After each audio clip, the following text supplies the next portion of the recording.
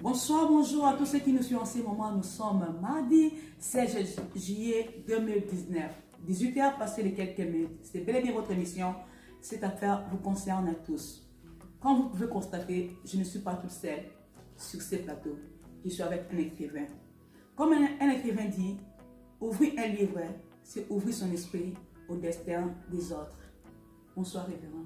Bonsoir, maman Eben. Merci beaucoup. Je suis très ravie de vous avoir sur ce plateau. Je vous en prie. Quelle est la bonne nouvelle? Eh bien, la bonne nouvelle, en saluant d'abord rapidement tous nos téléspectateurs, après avoir annoncé depuis plusieurs mois la publication de mon livre, c'est que finalement, il est disponible. Voilà. Révérend, parlons un peu. Qu'est-ce qui vous avait touché ou poussé à écrire ce livre ou ce titre, La puissance du changement de la mentalité? Comme vous l'avez dit, le livre est intitulé La puissance du changement de mentalité. J'en parle dans la contextualisation, dans la première, deuxième partie.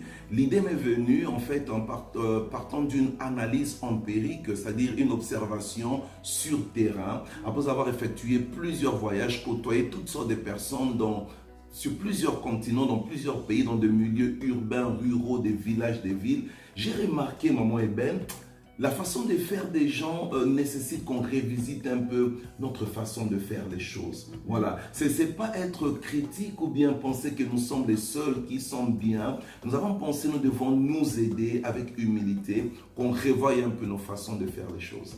Voilà, nous devons nous aider avec humilité. J'ai essayé un peu de lire ce livre, pasteur. Je suis allée au chapitre 4. Là, vous avez dit la culture placard tournante de toute mentalité. Vous avez dit la culture du tapage nocturne. Je ne sais pas. Vous voulez parler de l'Afrique ou de l'Europe? Je ne sais pas, en Angleterre. Parce qu'ici, là, je n'ai jamais entendu parler de ça. Plusieurs choses, effectivement, peuvent affecter la mentalité d'une personne, dépendamment de ce à quoi elle est exposée. Et même déjà, son ADN peut aussi affecter. Mais il y a surtout ce que nous appelons la culture. La plupart des gens, leur mentalité a été affectée par leur culture. Alors, une des cultures, surtout pour nous qui venons un peu de ce qu'on appelle l'Afrique subsaharienne, alors cette culture du tapage nocturne. Voilà, vous verrez à 2h du matin, maman Eben, à 3h, une église dite des réveils, sous l'onction du Saint-Esprit, on parle en langue, des gros baffles sur le mur toute la nuit. Et si quelqu'un vient se plaindre, on va dire c'est un esprit de démons, c'est un esprit de sorciers. C'est l'Afrique, mais je pense même aussi en Europe, pour répondre à votre question, aux États-Unis, le problème de tapage nocturne, il touche à tous les continents. Voilà, il touche à tous les continents. Comme nous sommes plus en Afrique, vous parlez aussi, vous avez dit la culture des parents qui battent leurs enfants. Nous venons tous de l'Afrique, révérend. On sait à l'Afrique, même un voisin peut aussi taper ton enfant. Alors si un parent tape son enfant, où est le mal? En tant qu'Africains, nous ne voulons pas et nous ne devons jamais perdre notre culture. Ça, j'aimerais vraiment insister. Mais attention, parce que c'est vrai, assimilation est différent d'intégration. Okay? Quand on vient joindre une autre culture, ça ne veut pas dire qu'on doit tout abandonner. Mais ayons aussi l'humilité, n'est-ce pas, maman Eben, de regarder à certaines choses. Écoutez, nos papas, nous remarquions, quand on était enfant, ils pouvaient vous déshabiller. Vous avez fait une erreur. Vous avez même échoué à l'école. Est-ce que c'est votre faute? Vous avez échoué à l'école. Ils vous déshabillent, de l'eau sur vous et un fouet, je ne sais pas moi, électrique. On vous tabasse, maman. Attendez, quand vous dites là, est-ce que vous dites c'est normal, maman? C'est vous qui posez les questions. Non, en Afrique, ce n'est que normal. Si un enfant a mal agi, pour bien le corriger, je dois le frapper comme il faut.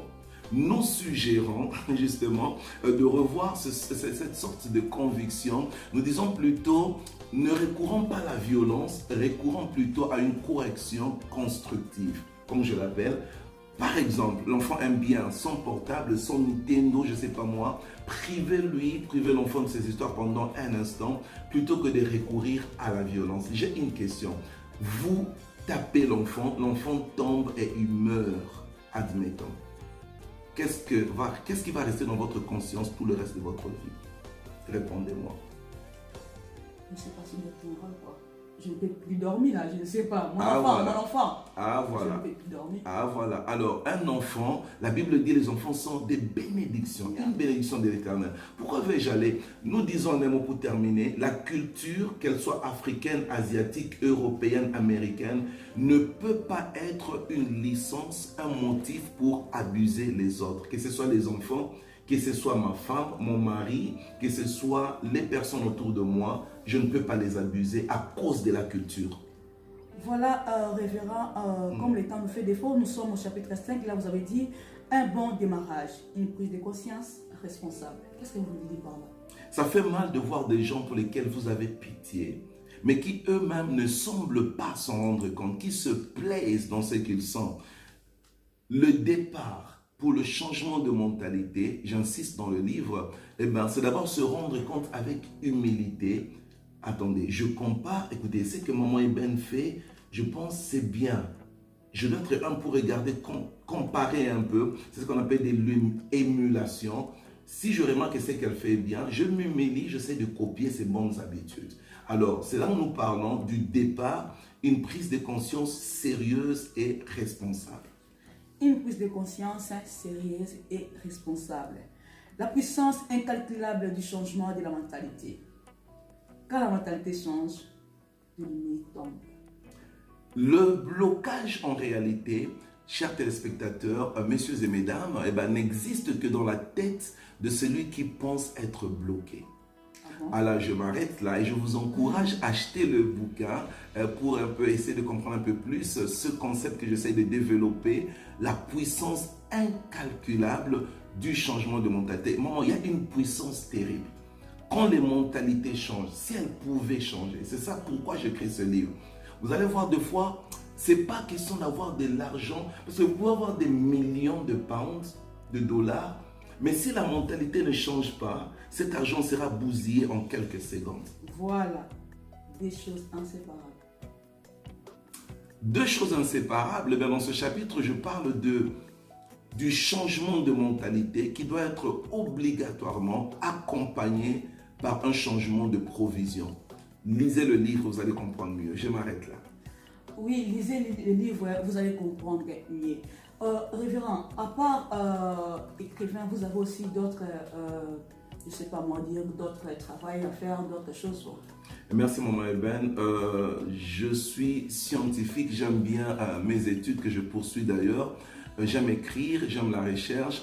Mais à part ça, je pense que vous m'appelez révérend. Donc, je suis aussi ministre de Dieu établi, ordonné dans le corps du Christ. Je suis pasteur d'une église locale et je suis aussi mari. Donc voilà notre travail. Je m'occupe de mon épouse. Je suis papa. Je m'occupe de mes enfants. Voilà. Voilà. Révérend, où on peut en trouver cette livre? Pour se procurer le livre, officiellement déjà, premier pas, il est sur le marché à partir de ce samedi 20 juillet à la conférence M4C à Manchester en Angleterre. Mais aussi on peut s'en procurer sur Amazon en ligne, on peut s'en procurer chez Loulou et mon numéro va défiler. Vous pouvez me contacter pour avoir une copie. À combien? La copie revient à 10 livres la pièce, 10 € si vous préférez. Oui, révérend, nous sommes presque à la fin de notre émission. Est-ce que vous pouvez nous parler un peu de l'M4C en quelques secondes? Ah, d'accord. J'ai énuméré que le livre sera en vente à partir de ce samedi à la conférence M4C qui signifie Manchester for Christ, Manchester pour Christ. Vendredi le 19, samedi le 20 où il y aura ordination et publication officielle et dimanche le 21 avec tous les adorateurs de Manchester qui forment une chorale et aussi ce chanteur fantastique qui vient de Londres, notre frère Audi Kaban qui présente son nouvel album. Des temps fantastiques, Manchester for Christ, eh bien le concept, venir ensemble proclamer que Christ est Seigneur, venir ensemble pour renforcer le corps du Christ. Le thème de cette année, à qui d'autre irions-nous? Voilà, à qui d'autre irions-nous? Nous sommes vraiment pas presque, mais nous sommes à la fin de notre émission.